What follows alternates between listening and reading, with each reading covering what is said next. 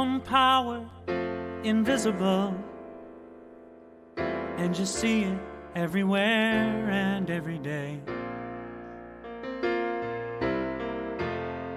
One power, indescribable, and just speak of it with every word you say. Mysterious until you know the truth. As simple as the love inside of you. Call it God, call it Spirit, call it Jesus, call it Lord, call it Buddha, Baha'u'llah, angels' wings or heaven's door. But whatever name you give it, it's all one power, can't you see? It's the power of the love in you and me. One power, one power. Good morning and welcome to the Center for Spiritual Living, Midtown, where we know and claim that such is the nature of life, that all it asks and all it wants is the opportunity to appear. You are that opportunity, so am I, and so it is.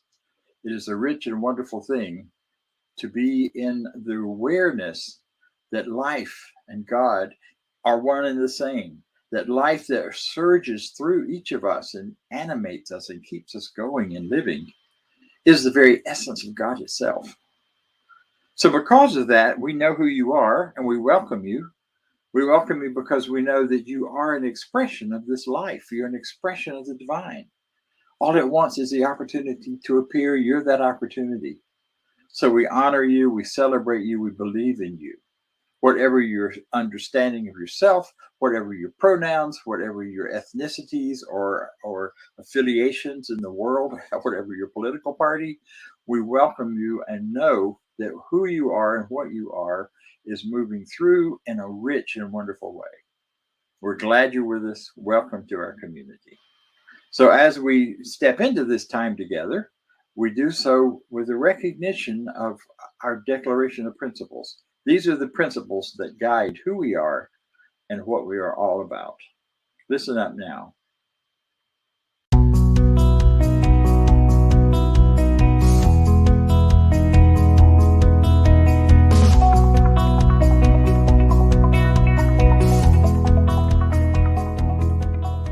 I believe in one God, one absolute power and first cause to all things. I believe that this power is perfect love and creates out of a desire to express love.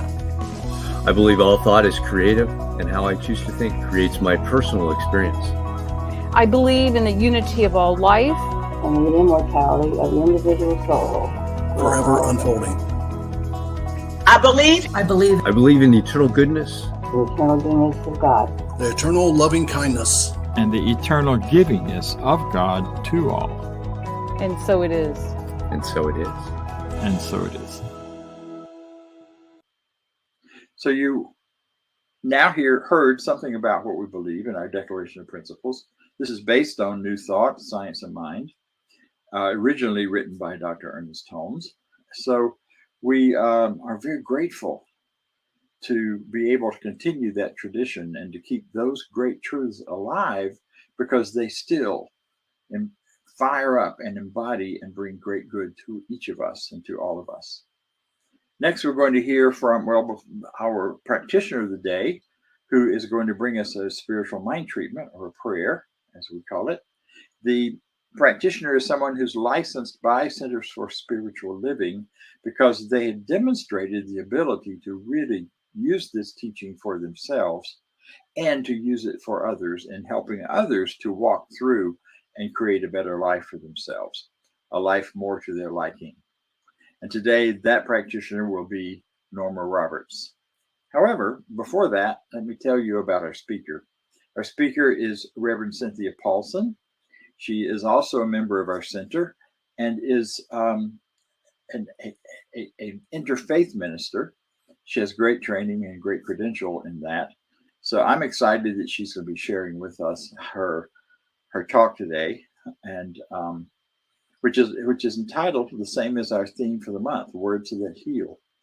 So after we hear from what we affectionately call Reverend Norma, even though she hasn't got that title except where we give it to her out of recognition of her great power and spirituality, we'll hear from Reverend Cynthia.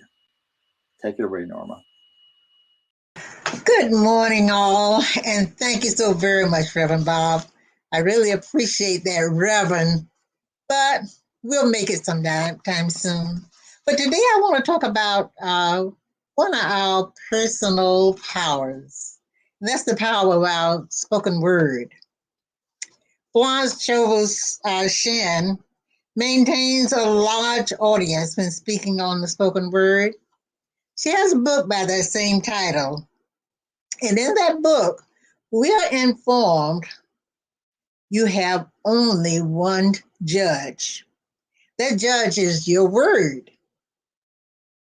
Jesus Christ said, I say unto you that every idle word that men shall speak, they shall give account thereof in the day of judgment. For by the word thou shalt be justified, and by the word thou shalt be condemned. But we know every day is a day of judgment. Every day. Invisible forces are ever working for man who's willing to pull his own strings, although he doesn't know it. Thought, the strongest power in the universe, is without sound and used as your goodwill, as it can sweep away obstacles from your pathway and create your heart's desire as it is released to you. What is really yours? The answer is all that the kingdom afford is yours. Everything. Every righteous desire of the heart is promised you. But these gifts can come to us only if we can believe that they are possible, for everything comes through you, not to you. Feel rich and you attract riches. Feel successful, you'll become successful. What is really yours? The blessings you bring to yourself through your spoken word, whether silent or aloud. The things you can see with your inner eye through your spoken word. Your heart's desire is simply awaiting your full attention to a new idea. And this day is a wonderful day to begin using your spoken word. Choose your new idea today and then embark upon your amazing adventure of spiritual growth. I'd like to do a treatment with you. And what I'd like for you to do is just accept whatever you can for yourself. I will be speaking in the first person, and I'll be speaking as every individual within the sound of my voice. Again, accept whatever you can. It is for you. And release anything that you cannot claim. Let's just take a moment and take a deep breath. And relax into the knowing that there is one infinite mind everywhere equally present, everywhere knowing only its own perfection, knowing the divine pattern of good for itself as each of its individualizations. Therefore, I know that right here, right now, everyone within the sound of my voice reveals their own divine pattern of good as who they think they are. They cannot lose it, they cannot destroy it, they cannot limit it, and through this treatment, they accept it. They know that infinite intelligence desires to do something great by means of them and will do it gloriously. and magnificently as they get the little me out of the way. Right here and right now, I declare that God is the isness in my word and the isness of each and every one. I know that spirit needs no healing of any kind under any circumstance or condition. I therefore consciously direct the law of mind to reveal the truth of spirit as the wholeness and perfection of everyone. I direct that law to reveal the divine pattern of personal relationships, of self-expression, and of financial abundance of each and every one on time and in order. I consciously direct the law to impel and compel each one to follow their own pattern of good, their own direction of spirit. I direct the law of mind to neutralize, negate, and permanently inactivate all the negatives of human beliefs and all the negative that may appear to be. I know that the reasoning mind of each one reveals that right where any negative appear is the good, the true, and the beautiful. I now announce that this word is the law unto which it is spoken. There is nothing anywhere that can deny it or obstruct its operation. Because we walk by faith and not by sight, I am assured of my good, and it does come forth and is made visible and tangible as the experience of each and every one. For this I give great thanks, for I know it is the law unto which it is spoken, and it is so now. And so it is.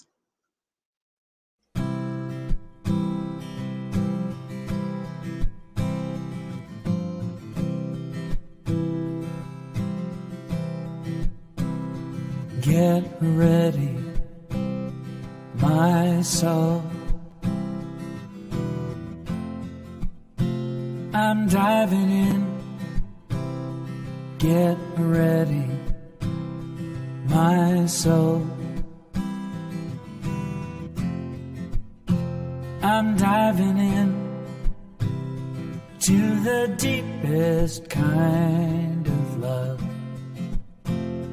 to the sweetest kind of life. Get ready, my soul.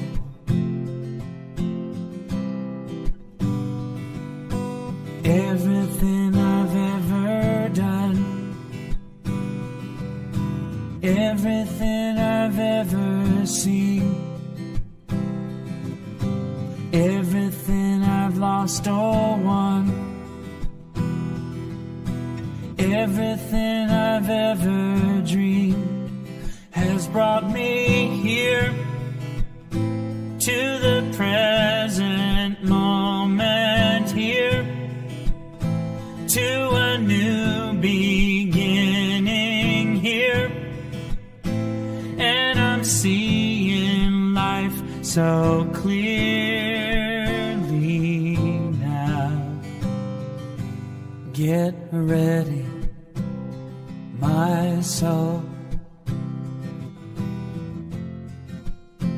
I'm diving in. Get ready, my soul. I'm diving in to the deepest kind of love, to the sweetest kind of life. Get ready, my soul.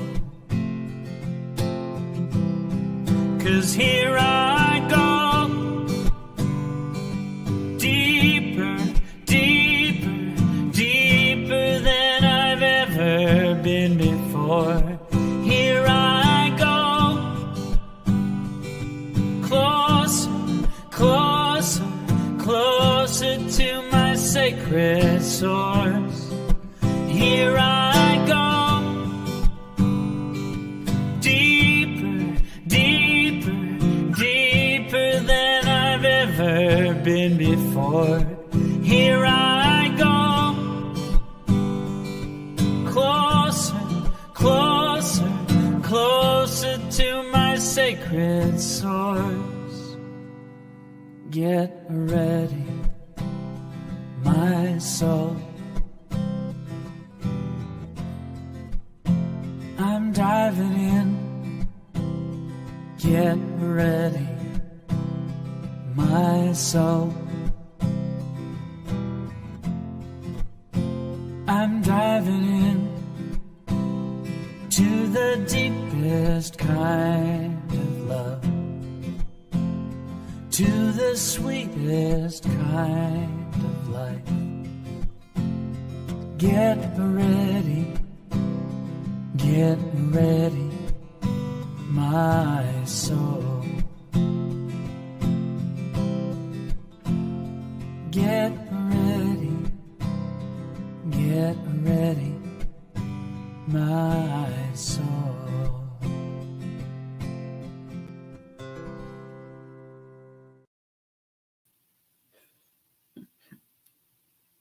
Good morning, CSL Midtown. It is always a pleasure to be here with you. And I'm about to give a talk unlike any other talk I've ever given. So buckle up, here we go. I have always wanted to give a sermon with book recommendations, talking about powerfully inspirational books that I have read on my spiritual journey. And now, this idea of discussing great new thought books fits perfectly with our theme for this month, which is words that heal. Now, when Dr. Bob first let me know that this was going to be the theme for September, that's immediately where my mind went and what I thought of. Not necessarily the power of our own words to heal us, which we know is definitely true, which Reverend Norma did a great job discussing this morning, but the power of other people's words, inspirational authors, books that I've read that have changed and healed my life. I know with certainty that I would not be who I am today if it weren't for the many spiritual books that I have read. And while preparing for this talk this week, I came across a quote by Ruth Bader Ginsburg. Apparently, she once said, "Reading shaped my dreams, and more reading helped me make my dreams come true." And I read that and I thought, she just described my life. I don't think I would be a minister, a speaker, or an author myself if it weren't for me treating books and reading as an important part of my spiritual practice. So to be clear, reading is absolutely a spiritual practice. Reading inspirational books is a huge part of, developing spiritual awareness and shifting our consciousness and helping us to understand abstract spiritual principles. Most religious institutions and churches are based on a book, whether it's, an ancient wisdom text or something that's been written in the last 100 years. Words have the power to convey a message and change people's lives. I can actually look back at certain times over the course of my life and see, I read that particular book and that led me to another book. And before I knew it, I was able to connect the dots and see the healing impact that certain books had on my spiritual life. Now, I did have to work very hard to whittle this list down to just a few. You can see the bookshelf behind me, and it is real. And those are only some of my books. There is a pile next to me here that I'm going to be showing you.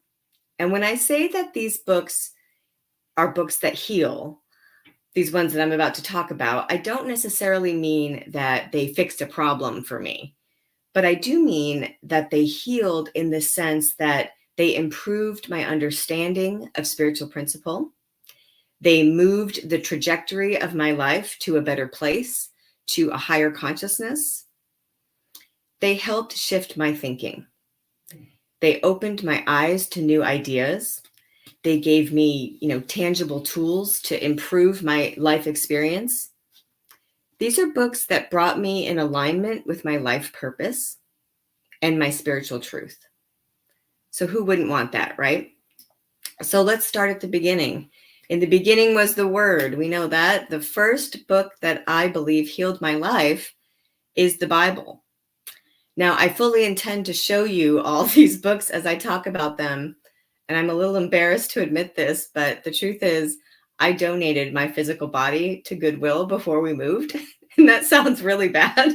But I did it because I hadn't used it in years, because I use a Bible app. BibleGateway.com has this cool app on my phone, and it's been wonderful. So that's the only book that I don't have like in physical form that I use a lot still. But here's what the Bible did for me. In my late 20s and early 30s, I was a member of a liberal, progressive Christian church with the United Church of Christ. And I was what you would call a seat filler. And those seat fillers are important. I showed up and I sat in the pews and I listened to sermons on Sundays. But what happened was, because I had teaching experience, I was a licensed K-8 teacher. They asked me if I would consider applying for their Christian education position that they had available, which meant if I applied and got that job, I was going to have to read the Bible regularly in order to present children's sermons during the service. Of course, I applied, I got the job, and so I had to read scripture, study it, read commentaries, and then my job was to make it understandable for children.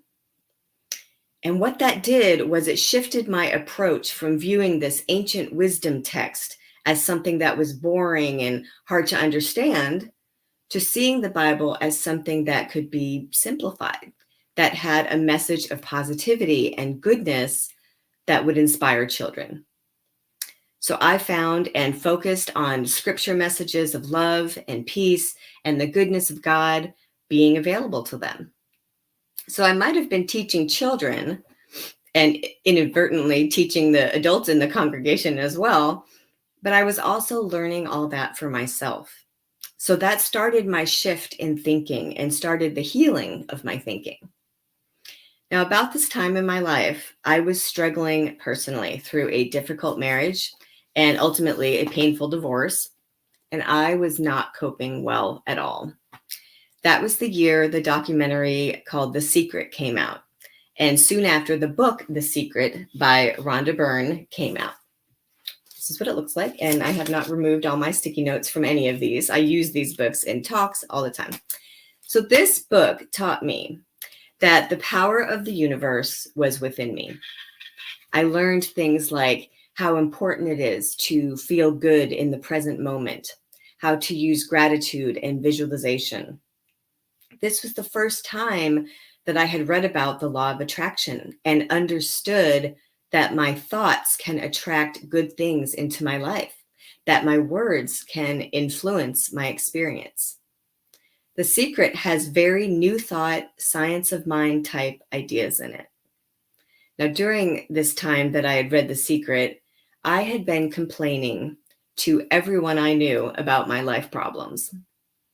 That book taught me how crucial it was to stop doing that. Honestly, if I had to point to one book that not only healed my life, but completely changed the trajectory of my life, it would be The Secret. It's written in simple language and makes it easy to understand. And it's not even that it's such a good book, which it is a good book. It's that for me, it made me hungry for more. And that is a big deal for our spiritual journey. We need to be inspired and led to the next thing that helps us grow spiritually. And that's what happened to me. So the next book I want to touch on and recommend, Dr. Bob already mentioned earlier this month, so I won't spend too much time on it, but it is You Can Heal Your Life by Louise Hay.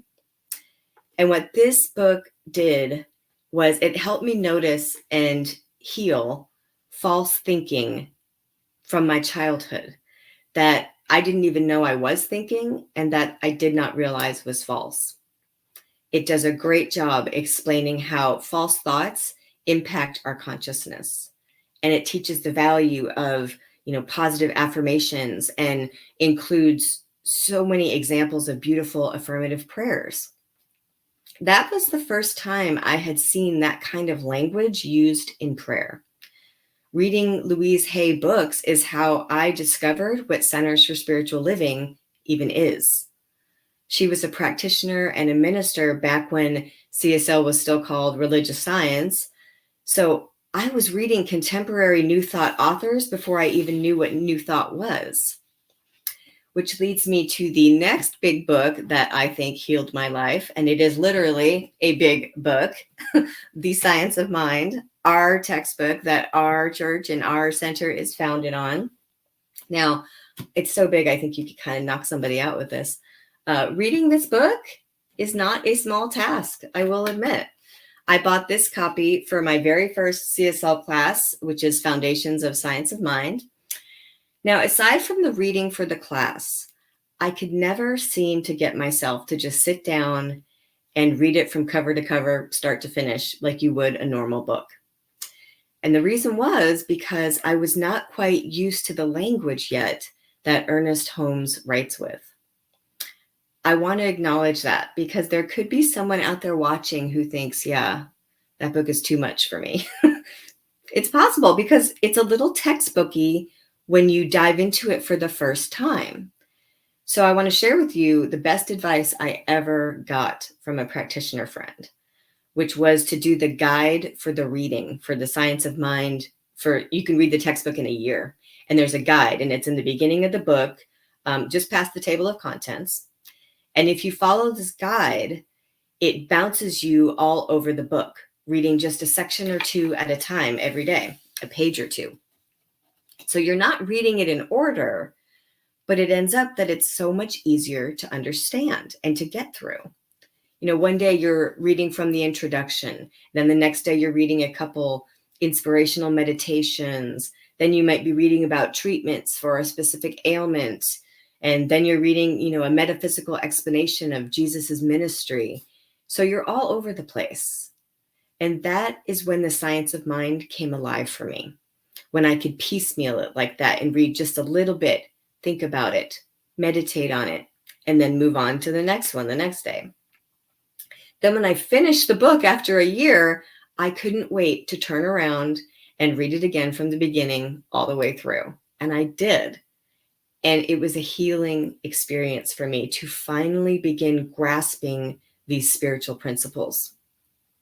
Now, as a piggyback on the Science of Mind text, there are some great New Thought daily readers out there. Like this one is, got a bit of a glare there. Sorry. It's 365 Science of Mind. So 365 days of Science of Mind. And then the other one that I would recommend is 365 Days of Richer Living. This one's written by Ernest Holmes. This one's Ernest Holmes and Raymond Charles Barker. Both very good books. And so the reason I recommend a daily reader of New Thought writings is that they are designed to just give you a page a day, a few paragraphs for your reading spiritual practice. It's a daily choice that we can make to focus on an uplifting word, an inspirational message, just a snippet of spiritual principle. And those kinds of books help you not only, heal, not only because of the content in them, but they help you develop a consistent habit with your spiritual practice, because it's easy to find just a few minutes to read just a couple pages. Now, another book that really helped me heal my life was Discover the Power Within You by Eric Butterworth. Eric Butterworth was a famous Unity minister, a prolific author, and this book of his was originally published in 1968. And it has so many New Thought nuggets of wisdom in it. The biggest takeaway being that the power of the divine is within all of us. You're going to know and understand that by the end of reading that book. The Discover the Power Within You impacted my personal journey so much because he brings the potential of Jesus to life. as a possibility for me and my life. And that's what would happen for you. You would realize that for you in your life. That book made me nostalgic for my days giving children's sermons and doing all that Bible reading. There are a lot of scripture references in it, but they're given with a great new thought metaphysical spin. That book really shows you that the answer to life is within you. You come away filled with possibility and spiritual confidence. Now, the last book I'm going to talk about sounds like a shameless plug because it's my book that was published last month on Amazon, but stick with me here. It's called Undoing the Knots, Reclaiming Our Good. And this book, I really think, fits the same category as those other books in that I truly believe it has the potential to heal. This book was written with the intention that it can heal the knots in your life. You know, knots are just the problems we all deal with from time to time. You know, things like lack, loneliness, fear, conflict, illness. You all know what human problems are, right? But the purpose of my book is to provide tangible resources, ideas, suggestions, spiritual practices that can help change your thinking to be in alignment with spirit and to help you think in a potentially new way about your life. It's just a collection of short stories, essays, meditations that are designed to help you heal your human challenges so that you can experience more good. It explains all kinds of spiritual practices, things like, you know, how affirmations work, what affirmative prayer is, how simple gratitude can be, how to observe your thoughts and beliefs and why that's so important, why forgiveness is crucial to living in harmony and health, how powerful we are because of our inherent unity with the divine, and obviously a lot more. I could talk all day about this, but I won't. Bottom line is, I believe that everything we could possibly want or need is within us. There is no limit to the good that we can experience because there is no limit to God. I also believe there is no limit to the ways we can heal, the ways that spirit can reach us with a greater understanding. So pick a good spiritual book, even if it's not one of these. There are words out there that can heal. These were just a tiny sampling. There are so many. And before I go, I want to give a shout out to the CSL Midtown discussion group because this is what they do. They recognize the healing power of words and they choose a spiritually inspiring book. Right now, they are reading the Living the Science of Mind book, which is behind me.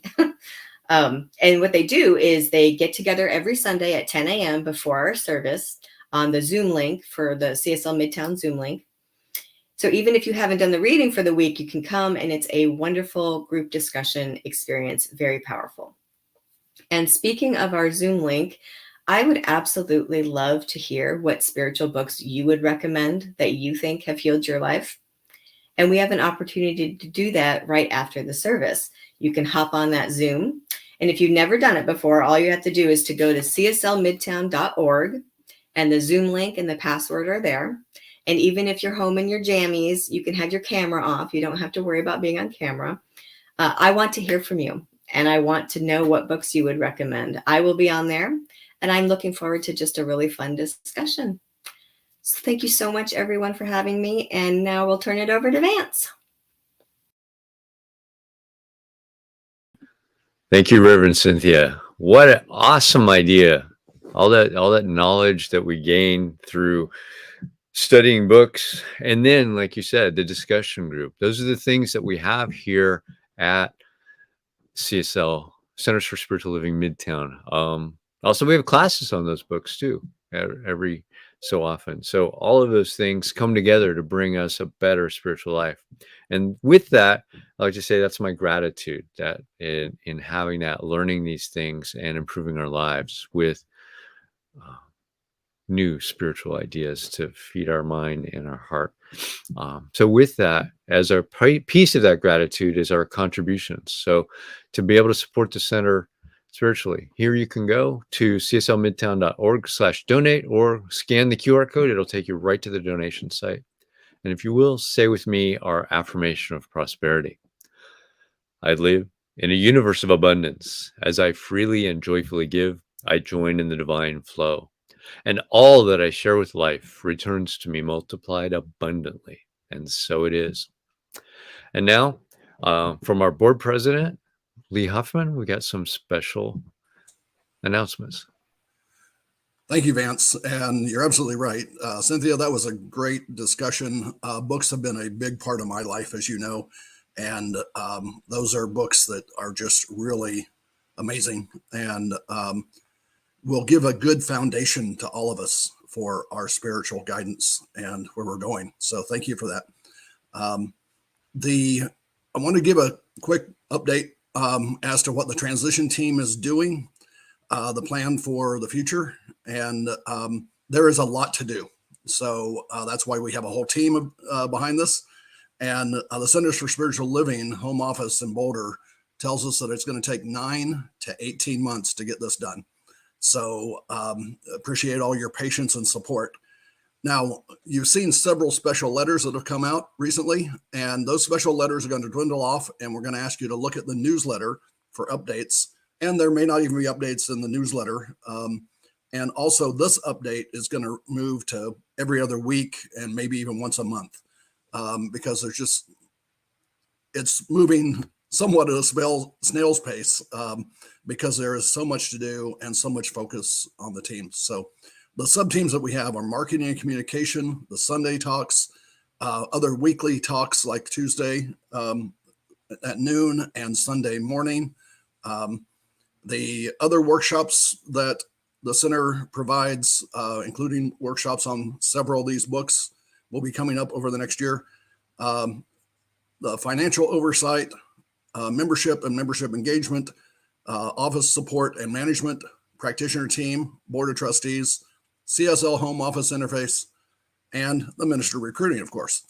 So these are the sub teams that are on this. So there's a lot of people working on this for you, for the center.